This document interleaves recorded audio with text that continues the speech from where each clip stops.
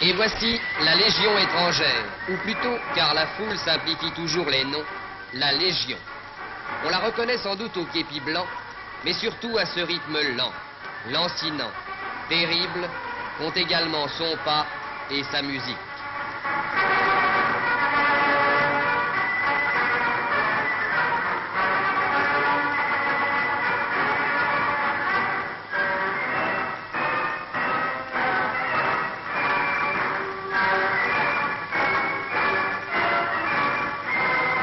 Son berceau, son siège, sa ville, son pays, Sidi Bel Abbès est tout cela à la fois.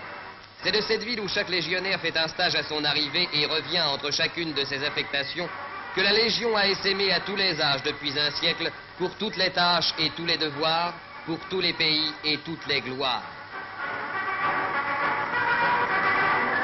Car le passé de la Légion est immense et prestigieux.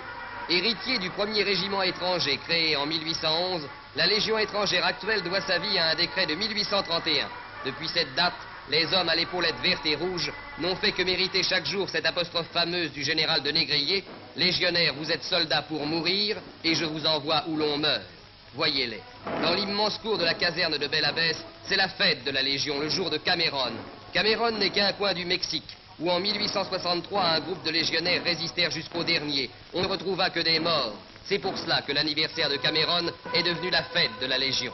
Entre les légionnaires massés, s'avance le plus vieil officier portant sur un coussin la main de bois articulée du capitaine d'Anjou, mort à Cameron avec ses compagnons.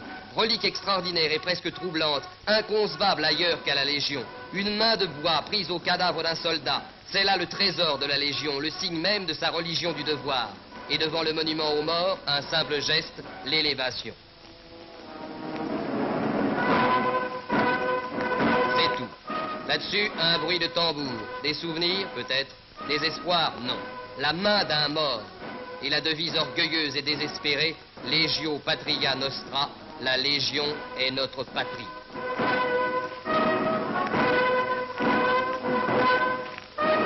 Ces visages-là, vous les retrouverez dans tous les coins où la dureté du ciel et de la terre oblige les hommes à plus de peine et à plus de courage. Car le légionnaire est sans repos. Il a sa tâche de paix comme sa part de combat. C'est à lui le premier qu'il appartient souvent de tracer la première piste sur les terres nouvelles. Son chantier éternel, sans cesse recommencé, c'est la terre inhumaine, le bled, la solitude, où l'on use les journées à force de travail, la pelle ou la pioche à la main, l'arme à portée.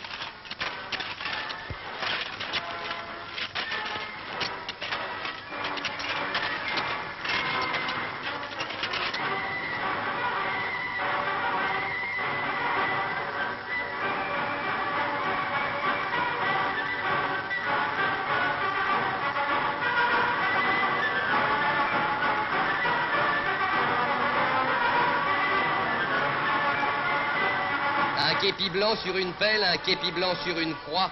Combien de fois sur les pistes rencontre-t-on ces signes timbrés de la grenade à 7 flammes? La Légion a passé là.